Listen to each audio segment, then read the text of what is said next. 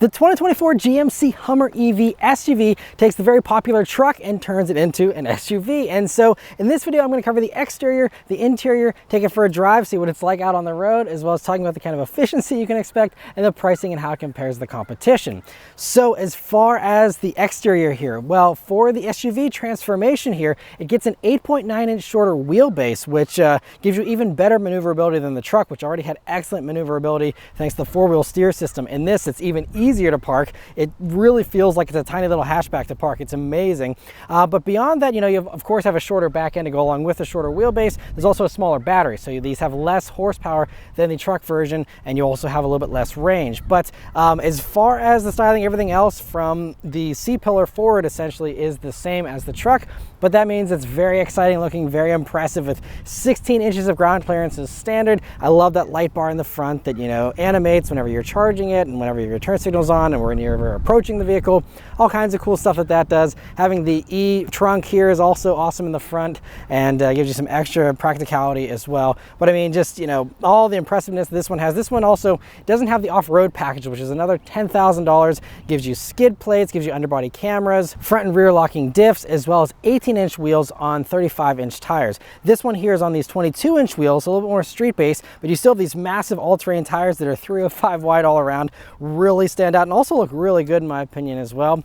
Coming down to the sides here, you have a 3X badge to denote this new trim, which is slightly lower than the trucks. There's also a 2X now, which is a dual motor version. I'll talk more about that in a little bit, but otherwise it looks really cool. You know, with these running boards you get as standard and just the flared out fenders you have on the Hummers here, it's just such an impressive look. And this one in this Tide metallic color, which is like a baby blue, ice blue kind of color, looks so cool too. And it's just, you know, a fun little pop of color with most of these otherwise, you know, being in white, black, stuff like that. And then going out to the back there, of course, shorter back end compared to truck, and you also have the spare tire there mounted to the tailgate like it should be, you know, in a vehicle like this, and looks really cool. And it's also cool that that tailgate also swings out. It's not going up like a traditional SUV, and you know, just a really cool design there in the back. And this thing just, you know, stands out from the crowd. It turns heads everywhere you go. This is not a vehicle for introverts. This is a vehicle for someone that, you know, likes to be seen, likes to be noticed, and likes to make a statement everywhere they go, because this thing certainly does that and more. The interior of the Hummer EV SUV is basically the same as the truck, aside from, of course, the truck bed being swapped for a cargo area. So let's just highlight that cargo area primarily. That is, you know, a pretty roomy space. The thing is, though, it's very high for even the load floor. I'm 5'9", and the load floor comes up to the bottom of my rib cage. That's how high it is. So you're really going to lift any luggage if it's heavy. You're really going to lift it up high. You know, so not going to be super practical. Obviously, again, something this high off the ground, that's to be expected, I suppose, but just keep that in mind. Otherwise, you know, it's a nice wide space. Beneath the floor there, you have a few little tiny shallow cubbies, but a little bit of extra space there. And of course, you do have, again, the E-trunk there with lots more space for, you know, whatever you want to put in there. And so both areas combined, I think it's a little more practical than your average SUV that's, you know, this kind of a size, and you know, just a good amount of space there. And I think it's kind of fun how the swing out door is power operated. Also, the back seat, though, is identical to the truck. So that means that, you know, for a vehicle this large, you might be expecting more room than you have here. I'd say it's slightly less than the average full-size gas-powered truck, but, you know, I'm 5'9", and I still have, I'd say, about 4 to 5 inches of legroom to spare there. It's certainly decent, but you know, it's not insanely huge or anything back there. But you know, they have their own climate controls, and they also have a very cool look out of this roof. If you have the transparent roof panels, this one has the opaque one, so it's all blocked off. But if you have the transparent ones, you have a really cool view out, or you can just take these roof panels off, because they do come off, and then you can be driving around completely topless, which is also a fun option, and again, something you can't get outside of, you know, Bronco or Wrangler. But as far as EVs goes, this is it really. And so a very cool little extra feature there. And then otherwise, you know, up front here, all the same things I said in my interior review on the Hummer still apply here for the SUV version. And I will link that video at the end of this one, where my wife and I do a full deep dive on this interior. And as far as the main stuff, though, you know, you have a 12.3-inch digital gauge cluster. You have a 13.4-inch touchscreen, which still amazingly does have wireless Apple CarPlay and wireless Android Auto. Because this was introduced before GM's decision to get rid of CarPlay in future EVs, this one is grandfathered in. I don't know how long that's going to last. I don't know if it's going to continue to be be available in even these earlier vehicles, or if they're going to do a software update to get rid of that eventually. But I love that you have CarPlay here, but it's kind of small. I wish that it would take up the entire screen here, but they insist on having your little right toolbar there showing you the map or whatever else. But outside of that, I mean, again, I'm not going to look a gift horse in the mouth. I'm just happy we have CarPlay here in a GM Ultium powered vehicle. And again, I really wish they'd reconsider that decision to not offer CarPlay in the others, but I love that you have that here in the Hummer. The other little gripes, though, are that the gauge cluster doesn't show you the actual numerical percentage of your battery that you have left. It only shows you that if you turn off the vehicle and get out, and it'll show you that as you're leaving. But other than that, it just has a vague bar here that you got to kind of figure out and do a guessing game as far as how much you actually have. It will tell you the amount of range left, but I just like seeing percentage as well. So that's the only real gripe. Also, the compass is a little slow with its turning. It's not very fluid and just feels a little laggy. And the other disappointing thing about this interior is just if you're buying one of these hoping for it to feel luxurious, there is no way to get a luxurious Hummer. All of these come with hard plastics everywhere. These seats are a mix of leather and this like neoprene kind of vinyl material here that's very bumpy, but it's a rugged vibe. And this whole interior will be durable, so in the same way a Wrangler is not luxurious and a Bronco is not luxurious, this is the same kind of deal. But whenever this one S-tested is $107,000, I expect a little more luxury, at least something on par with like a high country Chevy or something like that. And this, I think, is even a good step down from that, honestly, as far as just the materials. Lots of hard plastic, even like the mode selector knob here looks like it's metal, but it's just plastic, I believe. And it just, everything just doesn't feel very high quality here in this. And so that's just a little bit of a letdown, again, at these high price tags. But aside from that, it's a very cool interior. I like the design of it. I like the pop of color with the gold accents here, or bronze, and a very fun interior still. Just again, wish that it was a little more luxurious feeling. But definitely check out the full interior review on the truck if you want to hear all of our deep dive impressions on this interior. But let's start up and go for a drive. The Hummer EV SUV here has a GMC key that does have the Hummer lettering on it there, and on the back you also have buttons to open not only the tailgate but also the e-frunk there in the front. So you have easy access to that as well. Don't have to go into an app or something like some other vehicles to open the front. It's right there in the key fob. And of course it is keyless access, keyless entry, push button start, and all that. So you just leave the key in your pocket, hit the power button, and it turns right on. All right, so setting off here in the Hummer EV SUV. So the first thing you notice, I mean, you are so high up in this thing. It's hilarious how even like full-size pickup trucks and large 3-row SUVs just look like cute toys whenever you're driving one of these things around. It is so big, so high off the ground. But thankfully, again, because of the maneuverability with the four-wheel steer, it is like hands down the most impressive four-wheel steer system I've ever reviewed in these Hummers, because it turns so much that the turning circle, they say, is actually shorter than what it is on a Chevy Bolt EUV, the tiny little electric hatchback that Chevy makes. This, it's so easy to park. I hate dealing with large trucks and having to always park them and stuff. This is so easy to park, so easy to maneuver, and that makes this just immensely easier to live with, in my opinion. I love that about it. Otherwise, visibility is of course really good as well. You have windows that are a little on the narrow side compared to regular ordinary crossovers and SUVs, but of course for something like this, it's very appropriate for the vibe you're going for with the Hummer here. And you have a ton of cameras and sensors and all that to help you out with maneuvering. And if you get the off-road package, you will even get underbody cameras to see your maneuverability whenever you're off-roading and things like that. This one does not have those as equipped. But other things here, so you do hear the motors whirring a little bit more on something like this compared to some slower, less powerful EVs, and especially whenever you're driving by. I've had my friends commenting they could hear the motors, as I'm accelerating past and stuff. So it's a little more noisy, but behind the wheel here, though, it's very nice and quiet, like you'd expect to have an EV. Although, because we have frameless windows here and we have this removable roof, you can probably hear there's a little bit of creakiness, and I envision that only getting worse as time goes on, just because there's less rigidity here, with everything being removable and, less solid with the mount of everything for the whole top half of this thing. I just feel like, don't get one of these if you want something that's going to feel super refined. Other things, though,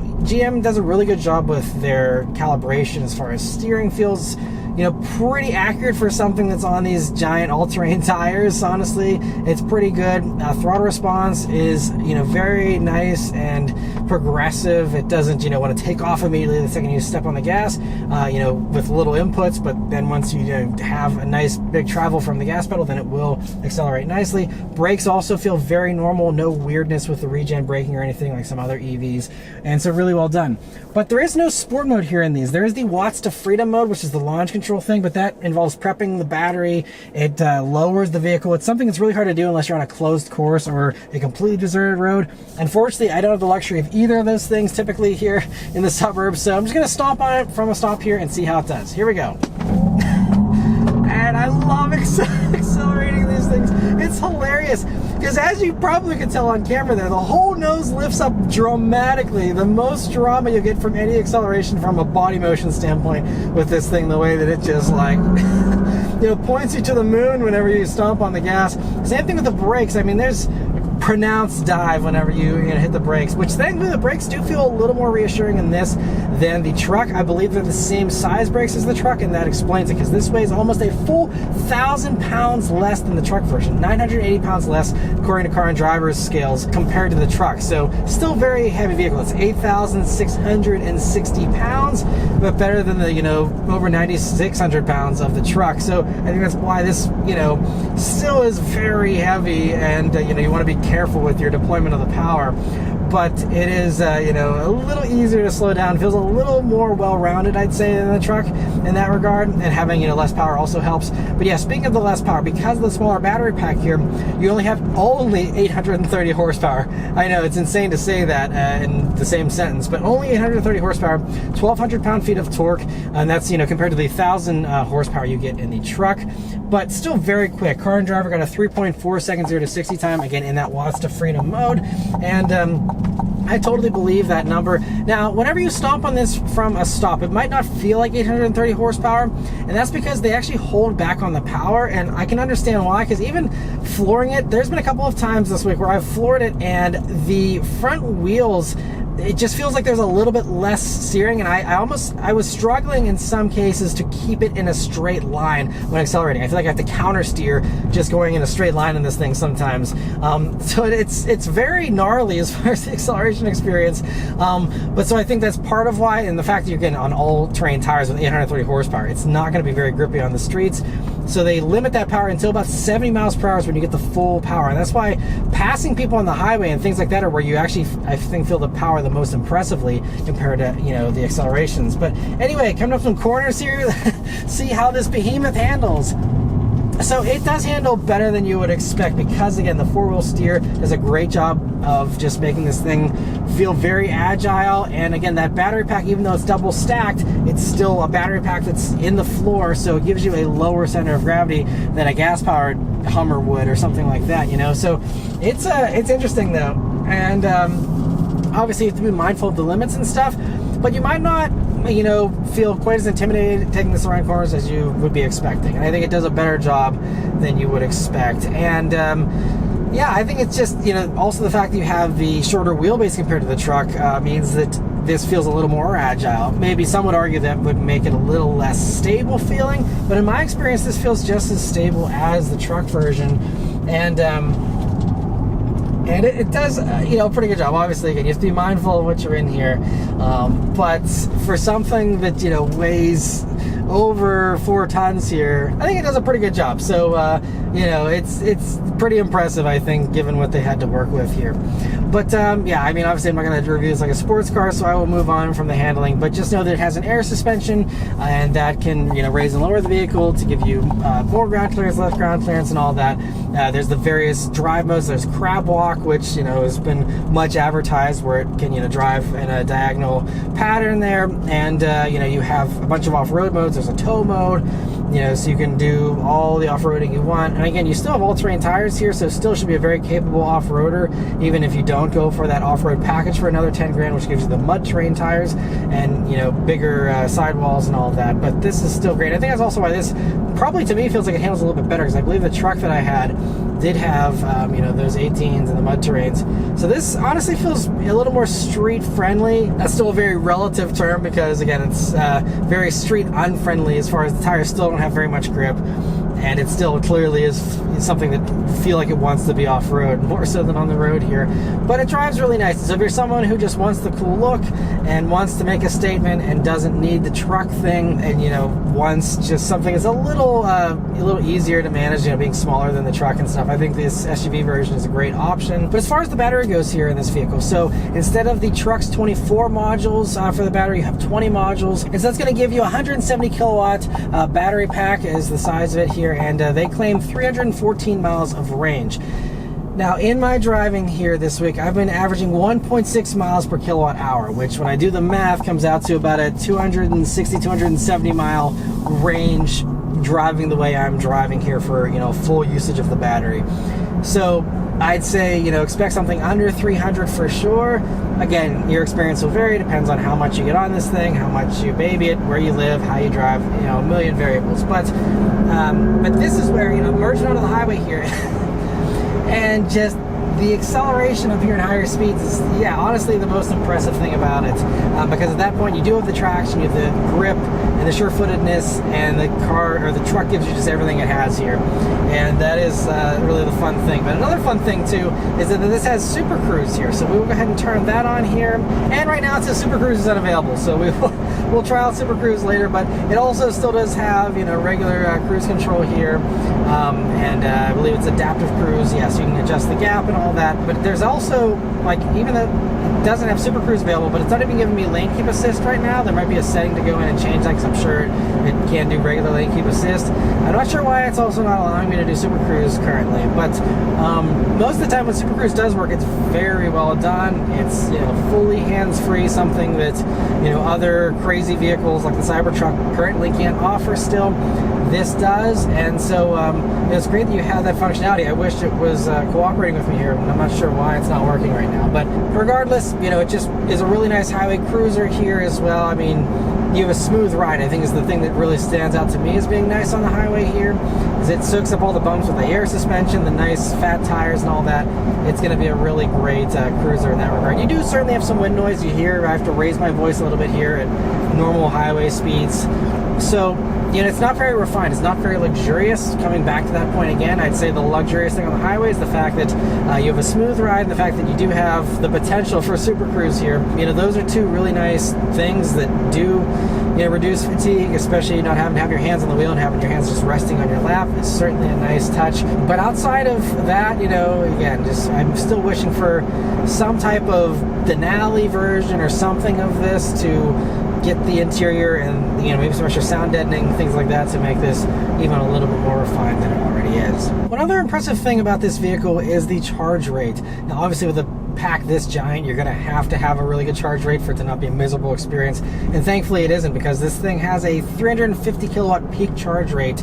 And so, I mean, this thing can pull down impressive numbers, and I actually did in the truck, I was able to pull down the full 350 in these things. And so you know, it's just impressive that it's able to recharge so quickly. And you know, just another thing to keep in mind if you are out on the open road, even though the range isn't phenomenal, you know, at least again you can recharge it up there pretty quickly, relatively speaking, and you know, be back on the road you know, in a pretty short amount of time. But the last thing to mention here is the pricing and competitors. And I mean, I'm not really going to spend much time on this, because, you know, this is a vehicle you either can afford or you can't, and it's something that's, you know, not really cross-shop, I don't think, with too many other vehicles.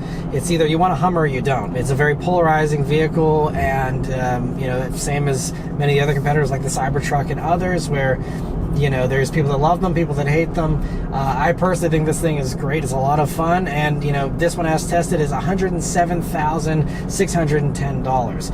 And the only thing I will say about pricing, if you are looking for a deal with these, is the fact that you can get the 2X version currently. I think there are going to be even cheaper versions eventually, but the 2X version is currently available for $8,000 less. That gives you 570 horsepower, which is a lot less than 830. So if you're someone who has the money to burn, sure, you know, you get a lot more horsepower for, you know, just $8,000 more. When you're talking about something that's expensive, you know, is an $8,000 savings even, you know, worth mentioning. I don't know, but just something I want to mention. If you just want the cool look, you don't need something that's super fast, you just want to have a Hummer that looks cool, you know, you can get one of these for under 100 grand.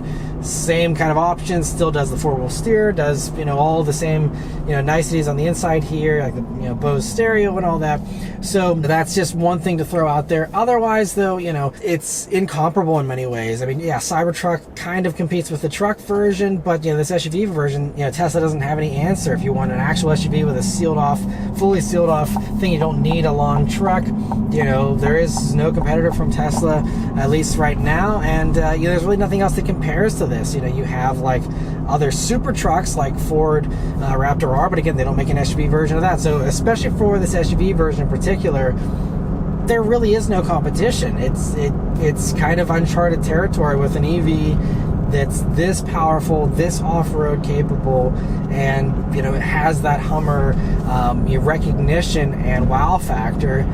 It's just incomparable. There is nothing that compares. So I think that's, to me, a selling point in and of itself. And like I said at the beginning of this video, I've turned many heads this week. It's gotten a lot of attention, and it's, you know, just a very cool vehicle to roll around in. If you are someone who likes that kind of attention, likes to make a statement, or just loves the capability, loves the power, and the fact that it's all electric as well, I mean, it's a very cool combo, and I really commend GM for being a pioneer with a vehicle like this, and you know, kind of taking EVs where they've never gone before in many ways. And so I think it's really cool, and if you can afford it and it's what you're looking for, absolutely go for it. You know, as far as the week with it here, you know, it's been flawless. There's been no issues with it, aside from, again, the random creaks here and there, but mechanically it's been solid. You know, all the infotainment stuff's been perfect. Everything's worked really well, and you know, it seems like now as these have, you know, gotten into full-scale production here and everything, they're able to make them in reasonable numbers, and you know, shouldn't be too hard to find one either. But anyway, so that's all of my thoughts here on Hummer EV SUV. Let me know your thoughts on it in the comments below. Huge thanks to GMC for providing me here this vehicle to review for you guys today. Thank you all very much for watching. Please also check out the interior review if you want to hear more about this interior, or check out the truck review if you want to hear about all the unique stuff there with the truck and see my Watts to Freedom launch and that. Anyway, thank you once again for watching, and I'll see you guys in the next one. Take care.